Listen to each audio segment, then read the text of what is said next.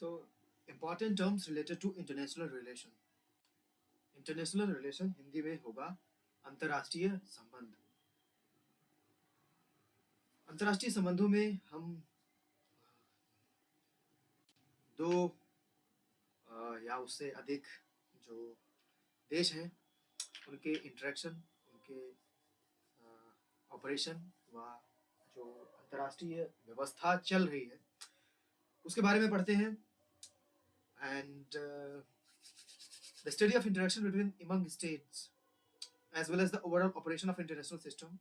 It can be viewed as a multidisciplinary field that combines international aspects of politics, राजनीति, अर्थव्यवस्था, इतिहास, कानून, समाज, and it is a meta discipline that focuses on the systematic structure and patterns of interaction of the human species as a whole. तो सारे के सारे देशों में रहने वाले जो भी जनसंख्या है उन सभी को एक ह्यूमन स्पीसीज मान करके उन सभी के बीच में राजनीति, अर्थव्यवस्था, इतिहास, कानून, समाज की सिस्टमेटिक स्टडी हम अंतर्राष्ट्रीय संबंधों में करते हैं। Action reaction, this phrase is frequently used in game theory and complete conflict analysis. The concept of the armed races was explained in the Richardson process by the scholars and Lewis Fried Richardsons. जब भी हम खेल खेलते हैं तो अक्सर सुनने को मिलता है और हम सभी भी प्रयोग करते हैं कि अगर कोई एक्शन करेंगे तो उसका रिएक्शन आएगा, कि हर एक क्रिया की एक प्रतिक्रिया अवश्य होगी, बिल्कुल ही होगी, स्वाभाविक है। तो जब किन्हीं दो देशों के बीच में, किन्हीं दो राज्यों के बीच में अगर मतभेद होते हैं, अगर कॉपरेशन भी है, नेगेटिव ही क्यों, हम पॉजिटिव एस्पेक्ट्स को भी देखें, तो वो ऐसे ही नहीं है, उसके पीछे सिस्टमेटिक कारण है और उनकी स्टडी, उनको जानना अंतर्राष्ट्रीय संबंध में हम पढ़ते हैं। Adjudication, it is a process of resolving international disputes by referring them to a court of law in accordance with international law. The Permanent Court of International Justice was established by League of Nations following World War I, and the International Court of Justice took its place in 1945. तो जब दो देशों के बीच में disputes होते हैं तो उनको रिजॉल्व करने के लिए इंटरनेशनल कोर्ट ऑफ जस्टिस है, जो कि वर्ल्ड वॉर फर्स्ट के बाद लीग ऑफ नेशंस कंट्रीज के द्वारा बनाया गया था 1945 में। अलायंस क्या होता है? अलायंस हम सुनते रहते हैं, अगर वर्ल्ड अफेयर्स की वीडियोस देखते होंगे या कोई सा भी ऐसा चैनल देखते हैं तो हम, या न्यूज़पेपर ही इंग्लिश का पढ़ते होंगे तो अलायंस शब्द मिल जाता है। अलायंस क्या होता है? Alliance is created when two or more actors formally agree to work together or on security related issues. जब दो या दो से ज्यादा राज्य हों, स्टेट हों, व्यक्ति हों और वे मिल करके सिक्योरिटी रिलेटेड सुरक्षा के कार्यों के लिए साथ आए, कोऑपरेट करें, एग्रीमेंट्स कर लें बचाव के लिए, कभी काउंटर ऑफेंसिव, ये सारी चीजें उसमें हो, या कह सकते हैं युद्ध के लिए तैयारियां हो, वो अलायंस में आ जाता है। वर्ड असाइलम, असाइलम का मतलब क्या होता है? असाइलम का मतलब सेफ प्लेस, सुरक्षित जगह को असाइलम बोलते हैं। It is a kind of legal process where citizen of another country gets help from a state in exchange of sanctuary. अगर हमारे देश का नागरिक या किसी अन्य देश का नागरिक हमारे देश में आकर के शरण मांगता है तो उसे असाइलम कहा जाएगा, asylum. Article 14 of 1948 Universal Declaration on Human Rights says that a state, not an individual, has the right to asylum.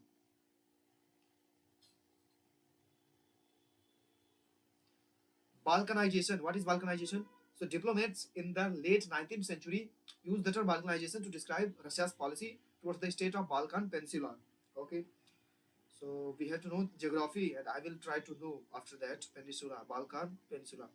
The term Balkan is derived from the Turkish for forested mountains. It is a term used to describe the fragmentation of a region into independent, mutually antagonistic power centers.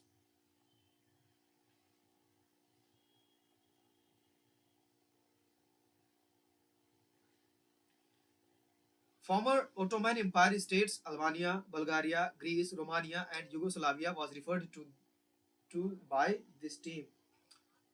Okay. National interest, national interest ये हम सुनते रहते हैं कि national interest में हमें कार्य करना चाहिए, तो उसका मतलब क्या होता है? नेशनल इंटरेस्ट कब होगा?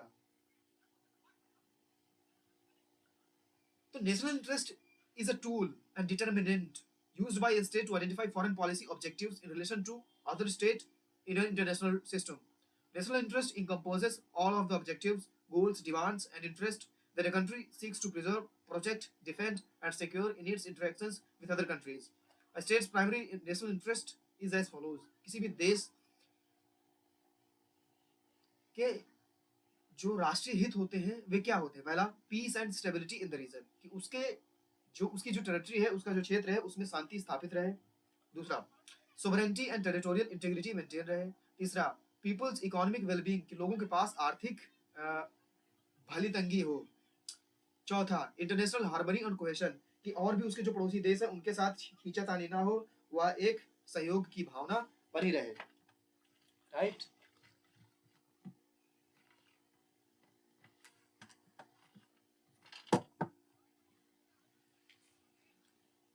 Now, the most common criteria determining national interests are ideological, moral, legal and pragmatism consideration. तो सबसे जरूरी जो आइडिया हमारे पास है कि हम लोग आइडियोलॉजी के दबाव में, आइडियोलॉजी के फ्लो में बह जाते हैं बहुत ही आसानी से, without using our mind, without using our brain. Morality, उसमें भी legal and pragmatic considerations. However, when pragmatic considerations are and other criteria conflicts, the former usually take procedures. Generally, morality and ideology take the flow. When there is a conflict between pragmatic considerations and morality and ideological consideration, then the former one, that is ideological and morality, they just take the flow. Pursuing one's own national interest without harming the national interest of other is referred to as enlightened national interest. So enlightened national interest का मतलब कि जब आप अपने राष्ट्र हित के सारे कार्य करें, लेकिन हम किसी दूसरे राष्ट्र के हित के बीच में बाधा ना बने, कोई कॉन्फ्लिक्ट ना हो। Enlightened national interest advises that when acting in one's own national interest, one should keep in mind that effect of one's own policies, actions, and decisions on other countries, and that only such policy options should be pursued that do not have a negative impact on neighbors countries or the rest of the world. Okay. Now, balance of power. Balance of power का क्या मतलब है? What do we mean by balance of power? Okay. So, balance of power refers to the power of equilibrium that exists between the countries. It assumes that a zero-sum game of a power and dominance in the world, implying that when one country gains power, then some other country must lose the equal amount of power. So, when there are two equal countries, so it is generally considered that there is a less chances of conflict. If, for example, on our neighbor China, and if we consider we both as a situation, if China become so much advanced that even India couldn't match that, that's not the reality of right now. But in that situation, it will be there will always be a threat like perception among the population of the country which is feeling a threat.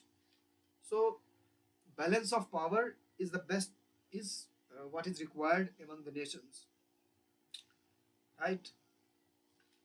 Now, balance of power or the equilibrium of the system can be disturbed if a country dramatically increases its power.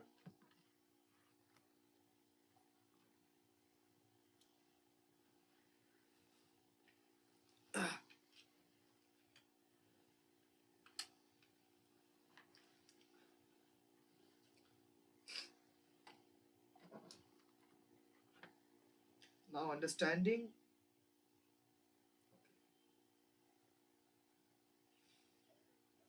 so this will compel others from form alliances or increase their own power to restore the balance which had been disturbed in the first place. So balance of power is an instrument to prevent power dominance. A term derived from balance of power is a balance of terror. When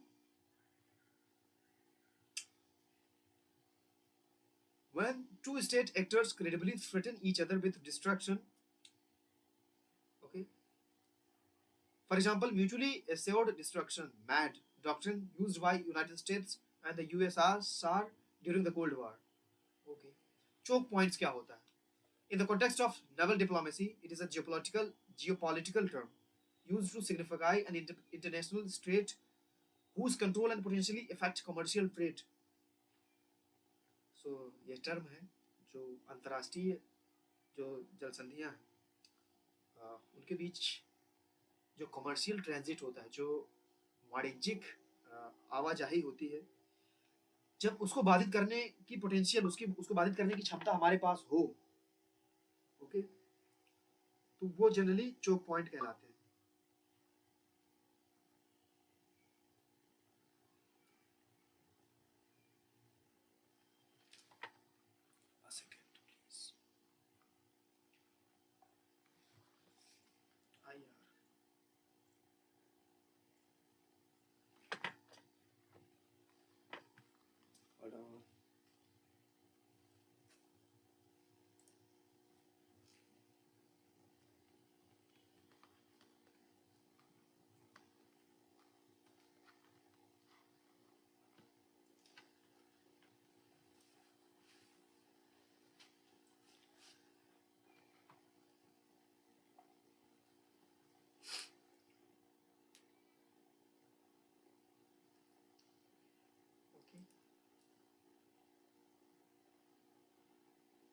Deterrence. Deterrence क्या है? Deterrence is the credible threat of force by one state to prevent another state from engaging in undesirable behavior. Deterrence is a unique type of power relationship in which certain actions are discouraged by instilling fear of the consequences.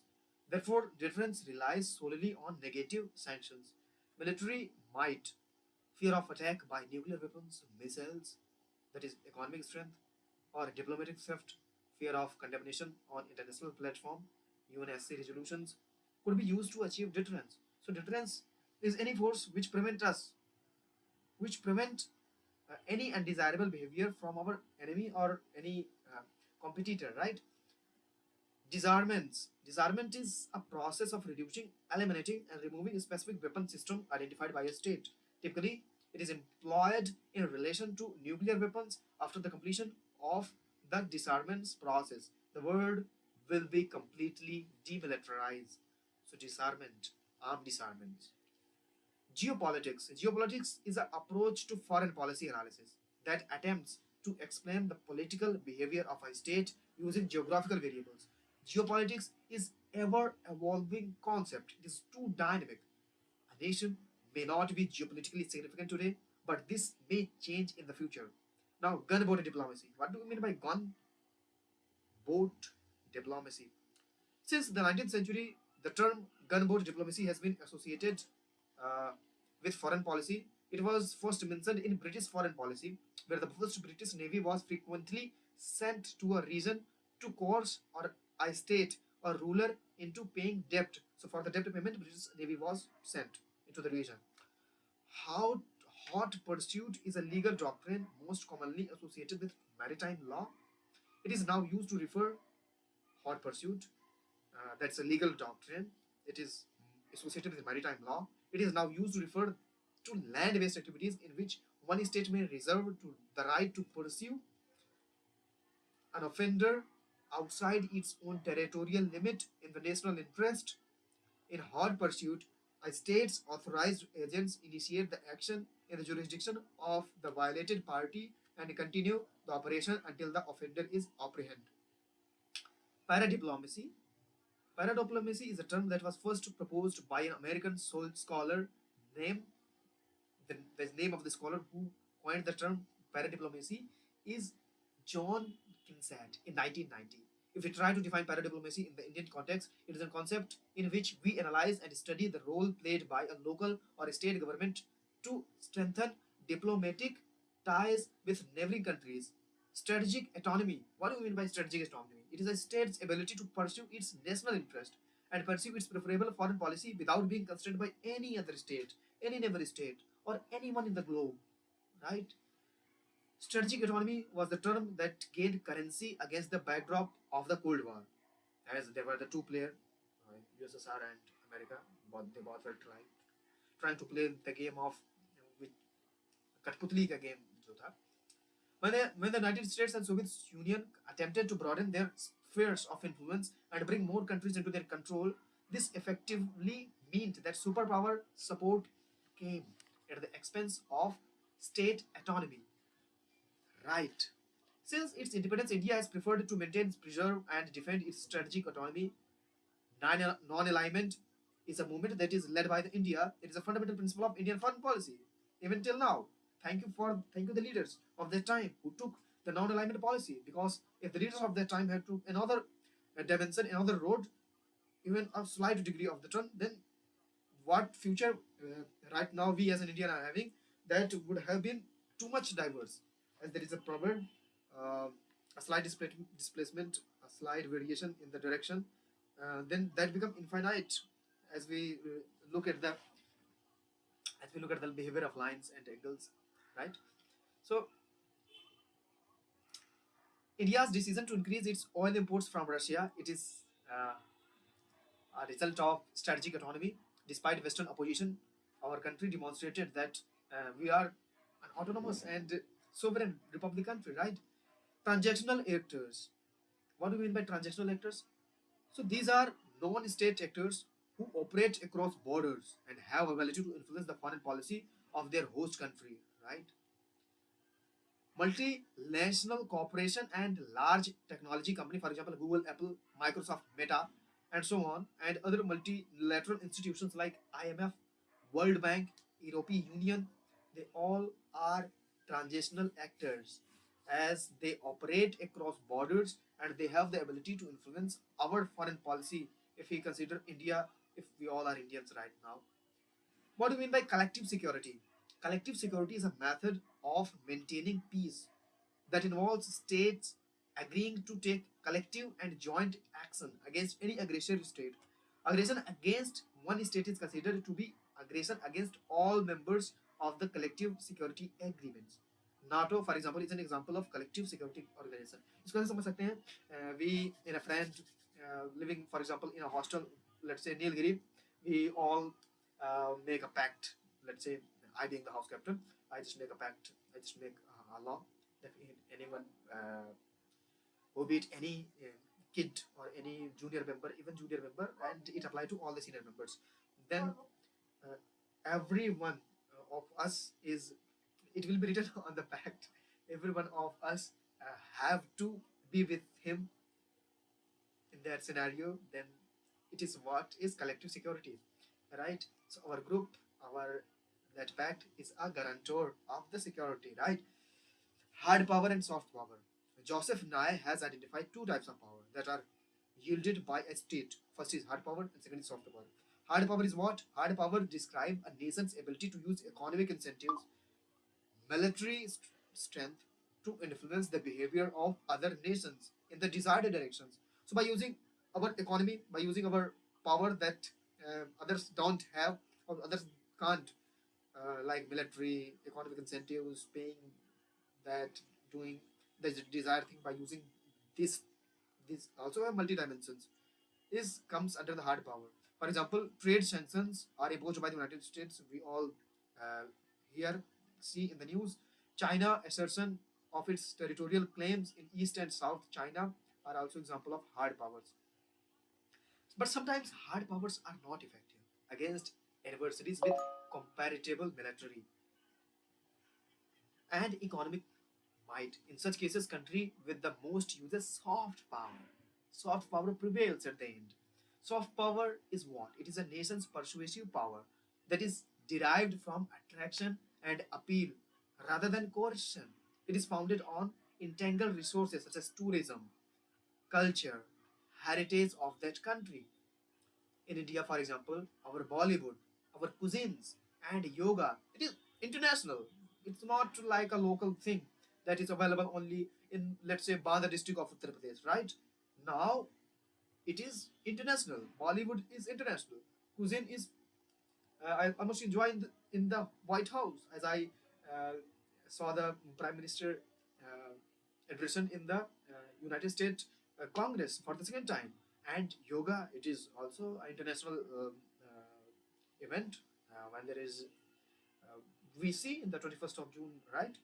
Now, hard power can lead to unintended escalation and wars, where soft power may be effective in pursuing those with the hard powers. So there are limitations of for both the hard powers, that by using hard powers, if other countries not okay with that, then there will be escalation.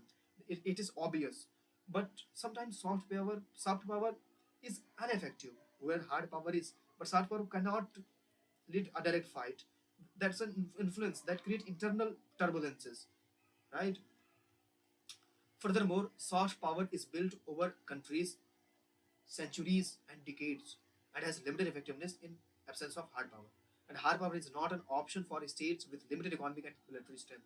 So those countries who are economically backward, as districts of Uttar Pradesh are some districts, like we have a map, they are backward. The same way, there are some countries in the map who are economically backward. They they don't have an option of using their hard power. How they will use it? They are not having the options. So soft power is made for them, and but that's ineffective sometimes. And in the absence of hard power, it is only the software that is viable for them.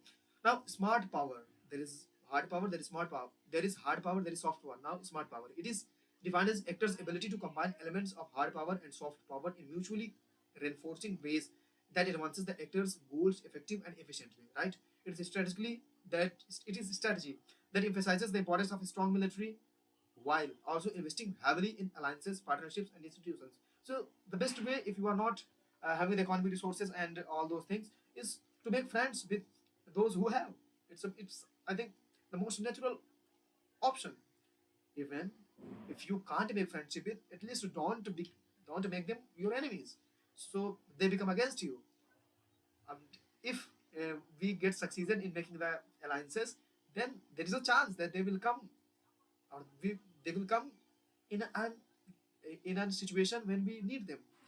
At least they will not be against us.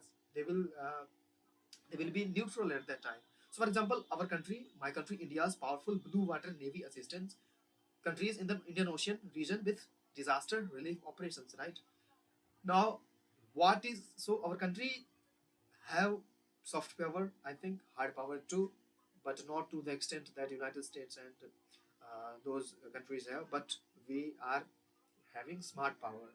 That's that's the brain of the Indians, right? Hegemony. Hegemony is political, economic, and military dominance or control of one state over other in the international system. A state with sufficient capabilities is referred to a hegemonic power in which the other states define their relationship. Now, Soki divides trap. So hegemony, as, as in any article we generally see U.S. hegemony, China hegemony on economic supply chain. So it is the control of one state over the international system. Then we use the term hegemony, right? So now Tukidide trap. I think I'm right on pronouncing that, but some every time I'm wrong. The Thucydides. It is a situation in which a rising power instills fear in an established power, leading to conflict. So these were the terms that is used in diplomacy, and I refer to the book Sampurna by PW Only IS in an ebook format, of course. That's what I just tell a name for the sake of courtesy. So thank you.